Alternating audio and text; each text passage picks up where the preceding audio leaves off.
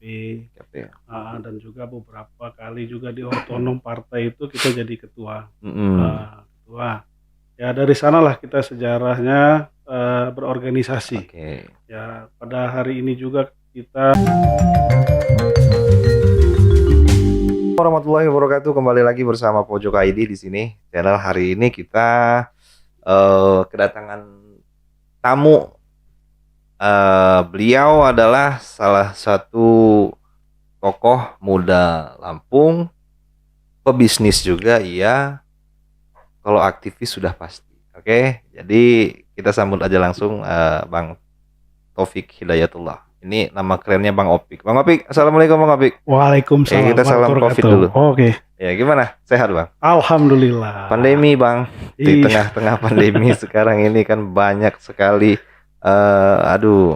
kawan-kawan di bawah masyarakat ini kan pada bicara semua, mengeluh. Iya. Nah, ini kan Bang Opik kan kalau dilihat kan ada 3 nih Bang. Dia tokoh politik, tokoh muda ya Bang ya. Insya Allah masih muda. Ya. Insya Allah masih muda. Terus lagi pebisnis dia, aktivis juga iya. Ya. Oke, organisasi mana Bang? Dibesarkan dari organisasi apa memang lahir memang sudah berjiwa aktivis Bang? Ya, kalau organisasi panjang ceritanya. Panjang ceritanya Bang ya, Pance. Iya, kalau dari sekolah dulu, ya kan kita agak kembali flashback ya. Ya, memang nggak apa-apa Bang flashback, asal jangan kisah cinta gitu, flashback. Jadi memang dari zaman sekolah dulu sudah hobi. Ya, Oke. dari ikut OSIS, pramuka kita aktif. Kakak pramuka juga. Boleh, jadi kan pembentukan mentalnya, disiplinnya memang dari sana. Ya kan. Terus ya beberapa kali ikut di OKP lah, ya kan, mengketuai OKP. Dan juga beberapa kali juga di otonom partai itu kita jadi ketua. Ketua. Ya dari sanalah kita sejarahnya berorganisasi. Ya pada hari ini juga kita sedang menangani beberapa organisasi, kayak forum lintas organisasi pembangunan Provinsi Lampung, ya kan. Lintas organisasi pembangunan Provinsi Lampung. Ya, intinya kan dengan kawan-kawan aktivis lainnya. Dalam hal ini kita coba membangun tempat untuk sharing bersama, untuk memberi saran lah. Memberi saran. Ya, intinya fungsi organisasi kan itu salah satu. Iya, salah satu fungsi organisasi itu memang. Ya. Jadi harus jiwa organisatornya berjalan terus ya Bang ya. Nggak pernah mandek gitu Bang. Alhamdulillah itu sudah mendarah daging kayaknya. Sudah mendarah daging. Iya. Jadi kalau kita ini kan sekarang lagi dihadapi dengan pandemi Bang. Betul. Pandemi yang kita nggak tahu kapan berakhir ya. Sudut pandang dari seorang Bang Opik. Nah, kalau gua bicara gimana Bang sudut pandangnya dari sisi bisnis saat ini ya Bang. Ini kan ada banyak, ada dimulai dari mana sih pandemi ini, PPKM namanya PSBB ya. PSBB. Tahu nggak lo? Lamun aja lo.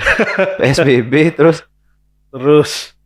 ya PSBB terus PPKM ini pun ada tingkatannya ya. Tingkat epic level ya. Tingkat legend, tingkat epic gitu ya. Pokoknya kalau kata anak sekarang itu kalah lah sama bon cabe ya katanya. Pedas. Nah ini ada kebijakan pemerintah PPKM level 4. Iya. Di stop gitu ya. Bang. Nah, dari sisi bisnisnya Bang. Oh iya. Sudut pandangnya. Kalau sudut pandang bisnis ya kebetulan kita kan pelaku juga dalam hal ini. Ya, kalau melihat kebijakan pemerintah berkaitan dengan PPKM, pada prinsipnya kan pemerintah ingin mengurangi lah, tidaknya mengurangi dan angka daripada penularan COVID. Ya itu tujuannya. Kalau menurut gua lah yang enak lah ya. Ya menurut lu aja. Ya, menurut gua sih sebenarnya baik. Ya tujuannya baik. Cuman secara penerapannya kurang tepat. Mengapa kurang tepat? Karena kebetulan nih seperti Kota Bandar Lampung nih ya, ini gue ngerasa benar. Oke. Ya kan? Ngerasa benar dampak secara ekonominya itu, secara bisnis itu dimobilisasi. Jelas terbatasi. Oke. Mau kemana-mana kita harus akal-akalan dan cari akal supaya Oh. kita tiba di tepat waktu dan tidak mengurangi kosnya. Apalagi kalau bicara distribusi ini pasti selesai. Dengan PPKM ini kos lebih besar, ya kan, pengeluaran besar. BBM terutama. Iya, kalau harga-harga pada naik, ya kan, ya jelas masyarakat berkurang membelinya. Dan ini dampak ekonominya luar biasa. Nah, gua sebagai pembisnis juga ini hampir 2 tahun inilah ya, secara omset tuh jauh turun. Oh gitu Ya ya, kan, Bang. hampir 70% kita terjun bebas, ya kan. Nah, ini yang kita harapkan dari pemerintah ini kan kebijakan yang bisa sinergi dengan kawan-kawan pengusaha. Intinya tidak mengganggu atau setidaknya tidak signifikan seperti hari inilah. Kita seperti tidak punya solusi, ya. Ya, karena Jadi- pemerintah hanya menjalankan, Bang Deder. Betul. Sebenarnya kalau cuma menjalankan saja tanpa ada solusi kan yang kasihan kami, ya kan, para Oke. pembisnis, pengusaha kecil, apalagi pengusaha kecil. Ya. Ada bantuan dari pemerintah nggak ada?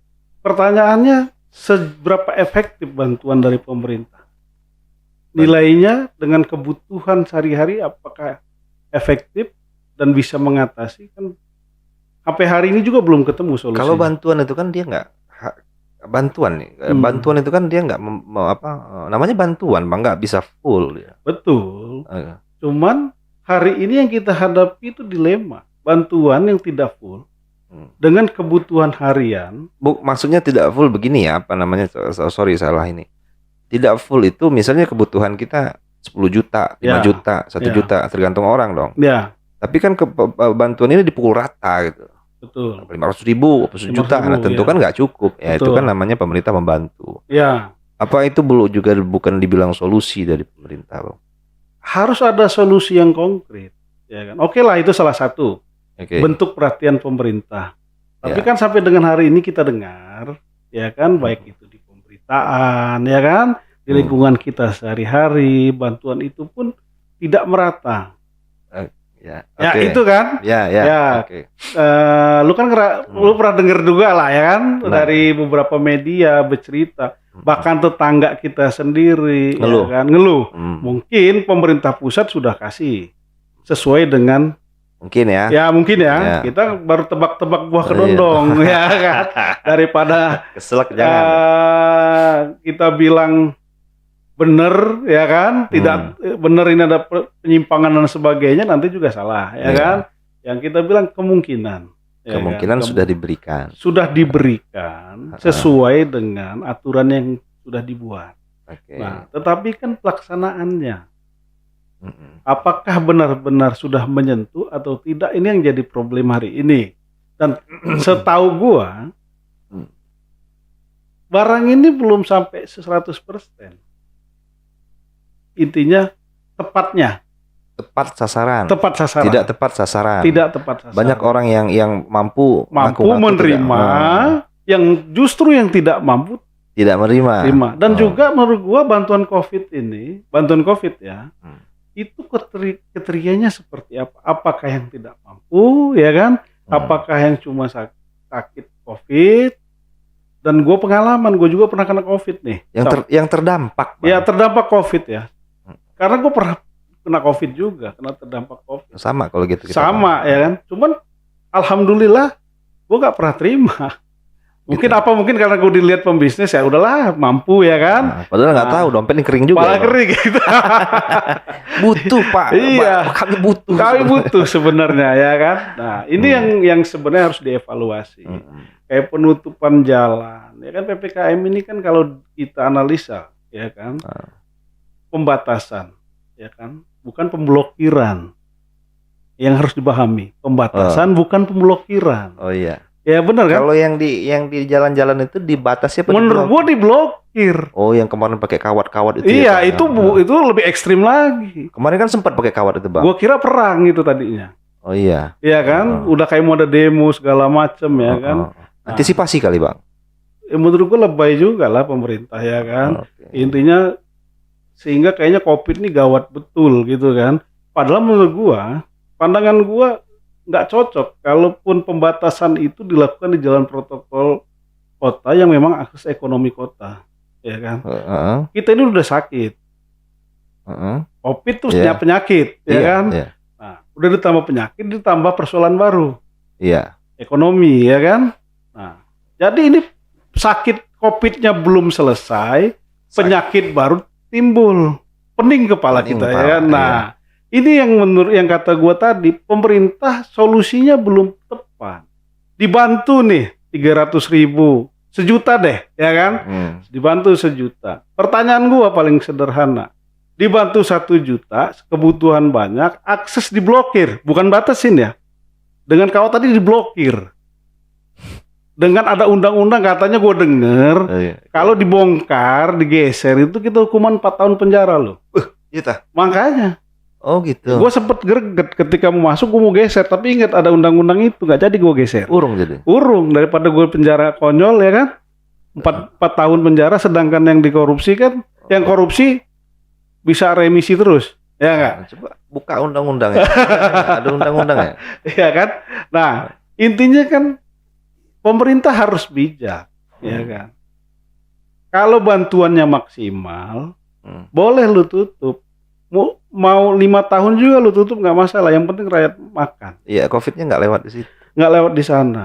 Nah, jadi ya COVID memang nggak lewat di sana dong. COVID nggak lewat sana, ya kan? Kenapa tidak dilakukan pembatasan saja, bukan pemblokiran? Kalau pembatasan, berarti kan masih ada kelonggaran. Cuman ada celahnya bang. Ya. Ini kan dibatasin nih di situ. Betul. Gue masuk jalan tikus tuh saat keluar lagi ya ada dah gue bisa keluar. Nah itu yang menurut gua pemerintah ini terkesan main-main atau formalitas, ya kan? Iya. Formalitas yang penting gua nggak ditegur atasan. Enggak gitu. Ya kan? Ini orang Indonesia kan sering seperti itu ya kan? Ya kan? Di video juga bahkan ada sering itu ngeliat di pom bensin itu kan, di sini pom bensin masuk, di sini dibatasin, masuknya lewat pom bensin ya, keluar serius ya waktu itu ada kalau nggak salah di Bogor. Ya, karena itu tadi sebenarnya kebijakan ini kepentingan atau perhatian tuh rakyat. Nah, kalau kepentingan wajar kebijakan yang terjadi seperti itu. Kalau ada kepentingan ya, namanya duga-duga boleh lah ya, duga-duga ya kan. Siapa tahu ini ada kepentingan-kepentingan. Gua nggak mau ngomong gitu. Tapi kalau kita duga-duga kan boleh, namanya manusia ya. Lu yang duga-duga. Ya kan. Nah, tapi kalau ini bentuknya konsentrasinya perhatian agar masyarakat ini terhindar dari COVID, no problem ya kan. Nah, tapi kalau gue lihat contoh kayak di depan Plaza Pos ditutup, depan ke gereja katedral itu, ya kan, itu tutup tuh. Sedangkan orang bisa lewat di belakang Gunung Sari itu, tembusnya stasiun, ya kan, bayar 3.000 keluar tuh dekat Ramayana. Nah itu kan percuma berarti. Petugas tidak ada, ya kan, yang mengontrolnya tidak ada. Ada yang ngawasin tadi Pak. Ya, yang siapa yang ngawasin? Undang-undang. Tapi orangnya yang menjalankan undang-undangnya ngikut ngawasin nggak? Berarti masyarakat takut dengan undang-undang itu dong. Ya masyarakat takut undang-undang tapi nggak takut dengan pengawasnya, karena pengawasnya juga belenyot menurut gua ya kan. Gitu. Iya. Nah ini jadi evaluasi. Jangan sampai takut dilihat drone dari Jakarta, kan itu bahasa takut diawasin dari pusat, harus di PPKM. Nah jadi ini percuma dong kita wali kota ya kan. Nah, sedangkan wali kota ini memangku kebijakan dan kita sudah otonomi daerah. Itu sudut pandangnya udah bukan pasti bisnis. Ya, pasti kan kebijakannya politik nih, Bos. Iya ya kan? Enggak, sudut pandang lu dari politik seperti apa? Nah. Dari sisi apa ya namanya? Kalau tokoh kan dia hubungannya dengan politik nih ya. Ya juga ya. Ya, intinya kalau gue tadi dari bisnis, intinya yang jelas hari ini kawan-kawan pengusaha sudah pada teriak. Terutama yang terdampak penyekatan. Kafe sepi, Bos. Ya, kafe sepi, ya kan? Gimana? Petugas keliling terus, perumpun. Tapi gue kasih kritik buat pemerintah. Masyarakat nggak boleh berkumpul nih. Iya. Tapi petugas lebih dari 5 orang, 10 orang kadang-kadang kumpul di kecamatan tuh. Lalu. Ya, nah itu kan jadi saran tuh. Tapi kan pakai masker. Ya sama orang di kafe tuh, ya kan? Sudah semakan pasti pakai masker kan? Iya kemarin ada sih. Lu kemarin ya, Jos. Maskernya lu robek di mulut ya. Saking lu deh bang. Iya. Maskernya dirobek di mulut. Contoh kayak di counter ditutup ya waktu itu ya kan pertama PPKM counter tutup paksa segala macam kan. Ya ada kok orang nongkrong di counter. Pertanyaan gua, orang ke counter beli pulsa pergi kan? Nah itu yang ditanya sama kawan gua. Iya. Dia kan di Antasari itu. Iya. Bro, gua kok kena PPKM juga kan gua ini ya tetap aja kata gua kena. Ya, Ya, cuman kan gua ini katanya orang kan keluar masuk katanya. Kalau mau adil menurut gua, Eh. ya kan bukan hanya pedagang pengusaha, ya kan? Kayak di kantor kecamatan, kelurahan yang linmas, yang kumpul-kumpul segala macam, termasuk polisi yang bertugas pasang jarak deh. Jangan ngumpul ya kan? Ya nanti klasternya bukan kalau bahasa mereka klasternya klaster pedagang ya kan? Kayak perumahan jadi. Rumahan ya kan. Nah, ini klasternya COVID klaster tugas atau satgas. Lu bisa lo mereka datang, ternyata mereka yang COVID kan kita juga yang rugi. Bang, lu menyinggung-nyinggung COVID nanti YouTube gue di take down bang. Gue ngeri bang. Ya enggak, ini diskusi. Enggak ya, diskusi ya, kan? diskusi Intinya ya. kan kalau diskusi. Oke deh, gue nanya lu dari Iya. sudut pandang politiknya seperti apa. Boleh, ya kan kadang-kadang Bukan gue yang nanggung kalau ini, bicara politik ini agak pedas boleh lah ya. Nah, kalau itu terserah, kalau Iya, itu terserah. Karena iya. gua kan nanya nih. Iya, boleh. Sudut pandang politiknya seperti apa. Iya, Solusi juga, siapa tahu ada solusi buat pemerintah kan. Kita kan Boleh. namanya sama-sama kan. benar-benar. Hidup dalam satu kota berdampingan Iya. antara pemerintah, pemimpin dan masyarakat. Betul. Apa tadi Bang yang lu bilang di itu Bang? Di mana Tidak ada raja Oh iya. jika tidak ada. Jadi kalau gue mengingatkan aja ya, dari sejarah manapun, yang Oke. namanya disebut raja itu pasti ada rakyat. Iya. Terus kalau rajanya tidak punya empati sama rakyat, dari zaman Fir'aun dulu juga, ya kan, gak ada namanya dinasti itu yang bertahan lama. Ya kan? Kenapa dinasti itu bertahan lama? Karena rakyatnya sejahtera. Pertanyaannya hari ini, ya kan, lu kan bicara politik nih hari ini nih. Iya. Ya kan, bicara politik, bicara tentang COVID lah ini ya kan, kebijakan. Ya kalau memang lu sebagai pemimpin, lu empati lihat rakyat lu, ya kan, apa yang mereka rasain, bukan hanya pragmatis, ataupun sekedar kebijakan-kebijakan yang hanya perintah sifatnya, karena takut, ya kan, khawatir. Ya kan, cari aman atau ada hutang politik ya mungkin gua nggak tahu ada hutang politik sehingga wali kota kita takut ya kan, ya kan, akhirnya kebijakannya tidak menyentuh kepada persoalan yang sebenarnya terjadi di masyarakat. Boleh mau PPKM mau panjang juga tapi dilihat ya kan gimana keadaan masyarakat hari ini. Kita tahu Bandar Lampung hari ini utangnya aja masih banyak. Nah, gimana mau dapat PAD? Kalau situasi tutup semua, pajak retribusi gimana mau diambil? Orang nggak punya duit, dipaksa juga hari ini orang nggak keluar lagi, darahnya aja nggak netes lagi hari ini. Jadi vampir dong. Ya intinya hari ini orang sudah banyak mengeluh karena aksesnya ditutup, ya kan? Sudah. Buat apa lagi disekat panjang-panjang? Mungkin kebiasaannya yang harus lebih disosialisasiin. Ya intinya kalau ke pasar, keramaian apa yang harus dipakai, masker ya kan, baju harus cuci tangan ya jelas pakai baju bro. Iya. Kalau ke pasar telanjang kan ketahuan orang nanti. Ya, makanya itu juga harus dikasih tahu. Gitu. Ya intinya kan kebiasaan-kebiasaan baik untuk masyarakat itu yang semestinya disosialisasikan, bukan aktivitas masyarakatnya itu ditutup, dibatasi, bakar di portal. Ya ini yang menurut gue dampaknya sangat besar. Nah, solusinya dari lu gimana? Ya solusi gue. Lu dari tadi ngeritik mulu, solusi nggak ada. Solusinya gimana? Ya menurut gua solusinya gini lah. Itu bukan kritik ya Bang ya sebenarnya ya? Bukan, saran. Saran. Intinya kan kritik itu tergantung perspektif ya. Kalau dengan adanya statement lu seperti ini, saran lu ini kalau mereka ada rada-rada gimana gitu, agak sensitif, agak gitu sensitif, kan? jadi kritik atau jadi apa? Ya jadi saran. Oh gitu ya. Menurut gua. Oh, iya. Ya intinya kalau memang lu seorang pemimpin, ya kan, yang memang pro rakyat, ya kan kebutuhan rakyat hari ini adalah makan, ya kan, satu. Terus yang kedua, akses ekonomi. Rakyat nih kepengen punya jawaban, bagaimana nih gue bisa cari duit dengan mudah, ya kan. Oke. Terus yang berikutnya lagi, rakyat juga kepengen ada jawaban, ya kan.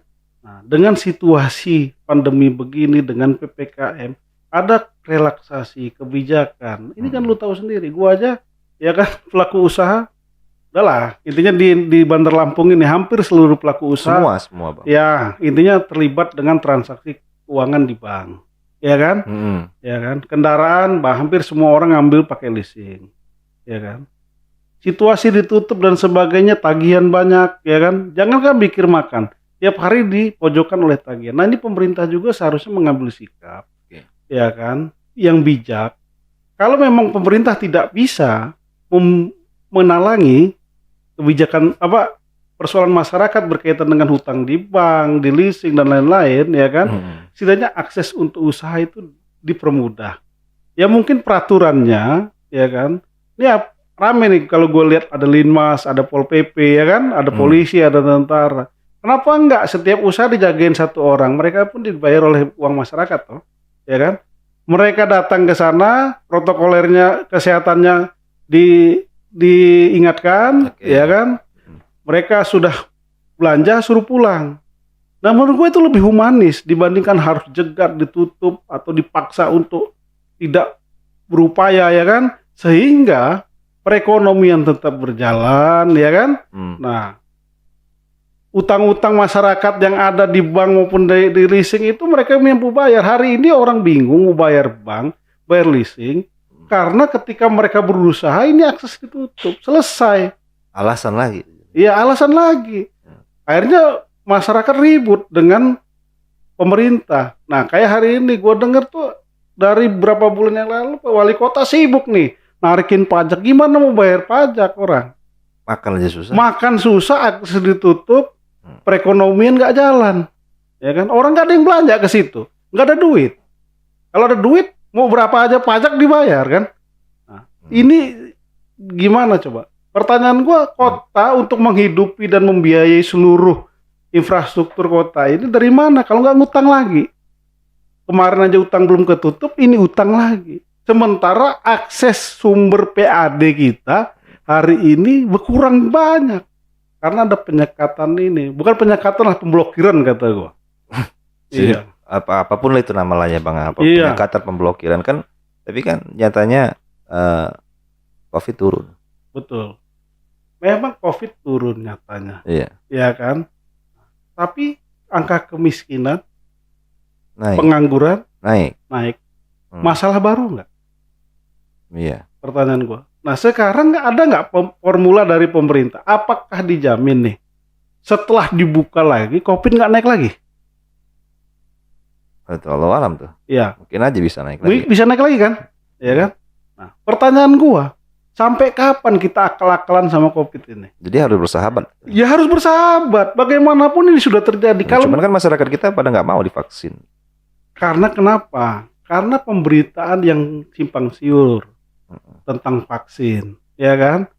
Nah, pertanyaan gue, pemerintah nggak berani jamin kalau ada yang mati. Sekarang mati ribuan, siapa yang berani jamin setelah vaksin? Pemerintah berani jamin. Santunan, misalnya, maafnya ngomong ada santunan 15 juta tuh, tapi tidak tersosialisasikan, ya kan? Nah, ngambilnya dengan siapa? Prosesnya seperti apa? Lu tahu nggak sekarang? Kalau setiap yang mati ada karena COVID dapat 15.200.000.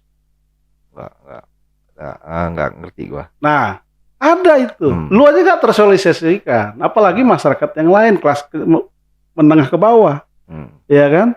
Yang nggak ngerti buta kiu tentang politik, tentang kebijakan, undang-undang. Selesai itu.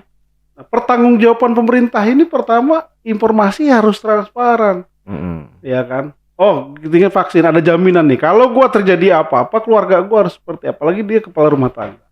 Nah ini nih, ini yang menurut gua, yang hari ini lemahnya di pemerintah ini, pemerintah kurang mau memahami keadaan masyarakat kita. Berusaha mungkin, Bang. Ya, berusaha, cuman kalau gua lihat usahanya kurang. Oh, kurang ya? Masih Kurang, masih. Ya, masih sangat kurang. Walaupun sudah maksimal. Belum, kalau maksimal selesai urusan ini. Oh, ya karena kalau jadi pemimpin tuh bukan satu persoalan aja yang diurusin. Ya kayak kita di keluarga lah, ya kan? Anak kita 2, ya berarti ada 2 persoalan. Itu kan bicara kepala keluarga. Nah, sama kepala pemerintahan juga. Kita skup kecil aja lah kota ini, ya kan? 1 juta penduduknya, berarti ada 1 juta kepala yang harus kita selesaikan solusinya. Bukan hanya persoalan pekerjaan, ekonomi dan lain-lain, banyak. Bahkan mungkin persoalan perceraian mungkin banyak gara-gara COVID ini. Jadi cerai gara-gara COVID ya? Oh, bukan juga, ya kan? Iya, enggak, kalau ekonominya morat-marit kan cerai juga ujung-ujungnya. Ya bisa jadi. jangan singgung gua ke situ ya kan. Ini salah satunya ya kan. Salah satunya. Ya kan, ya ampun. Ya kan. Dampak sosial yang terjadi karena suaminya nggak punya kerjaan, nggak punya uang. Rumah tangga bisa berantakan, ini kan fatal juga. Nah ini kan sampai hal yang krisis berkaitan dengan keluarga pun berdampak. Nah ini hati-hati, dosanya bukan hanya di dunia, akhirat sampai loh. Jangan sampai Bunda Epa itu ya kan. Nah, Wali Kota Bandar Lampung. Wali Kota Bandar Lampung, itu kan kebetulan Bunda Epa ya kan, wali kotanya ya kan. Nah jangan sampai dia jadi wali kota bawa dosa sampai akhirat. Yang tadinya mau masuk surga gak jadi. Kenapa? Karena ada yang kelaparan, ya kan? Mau deh, itu merusak. Beliau mau masuk neraka, masuk surga, mau urusan. Bukan ingetin. Kita kan hanya sebagai masyarakat hanya mengingatkan, ya, memberikan solusi, saran. Kalau mau diterima syukur, nggak terima ya itu hak beliau. Ya. Bukan. Kalau ada teman gua ada tuh. Gimana? Diterima syukur katanya kan, nggak diterima gue perengutin. Oke, jadi singkat cerita kita Bang, bahwa tetap berusaha untuk survive di pandemi. Apapun itu ceritanya tentang COVID, ya kan, dari 2 sisi, 3 sisi, 4 sisi, ya kan. Masyarakat hanya menikmati itu sambil bagaimana bertahan, gitu ya Bang ya. Jadi kalau dari Bang Taufik sendiri yang gua yang gua ambil cuman sedikit tuh, Bang. Gak apa-apa sedikit. Ada raja. Raja gimana? Nggak akan ada raja kalau nggak ada raja. Tidak akan ada raja kalau nggak ada masyarakat. Iya. Gitu. Jadi intinya penting itu masyarakat, penting. Bang. Sangat penting. Sangat penting sekali. Iya. Gitu. Dan raja juga nggak akan lahir. Iya. Kalau nggak ada masyarakat. Kalau dia ngeraja sendiri gila dia berarti. Ya, gila dia. Diri aja dia. Wahai masyarakatku, katanya nggak ada orangnya tapi kan. Iya, bukan nyawa deh. Nyawa deh tuh. Iya, jadi itu. Ya pemimpin lahir dari rakyat. Apa pesan-pesan buat kawan-kawan masyarakat di tengah pandemi ini, Bang? Silahkan, Bang. Ya, yang pertama karena situasinya sudah begini, ya kan? Ya kita harus kreatif menghadapi dan nggak boleh menyerah ya. Berpikir selalu positif. Yang paling utama mendekatkan diri pada Sang Pencipta. Ya, karena dia yang maha memutuskan ya kan, dan memutarbalikkan semua kehidupan kita ini. Nah, jadi tetap semangat lah, optimis lah ya. Optimis. Intinya tetap. Kalau lagunya Ari Lasso itu badai pasti berlalu. Iya, cuman kan kita lagi kena COVID Bang, bukan kena apa. Ya anggap aja gitu kan. Anggap aja badai lah Bang ya. Lagi badai segala macam bentuk ya kan, dari penyakit sampai ekonomi dan lain-lain. Ya kita harus optimis. Kita hidup ini kan mulanya optimis, kalau nggak udah bunuh diri semua, ya kan. Nah intinya gue yakin sih ya, intinya dengan masyarakat Indonesia, apalagi masyarakat Indonesia ini kan, oh iya gue lupa, gue belum ngucapin Dirgahayu ya, udah.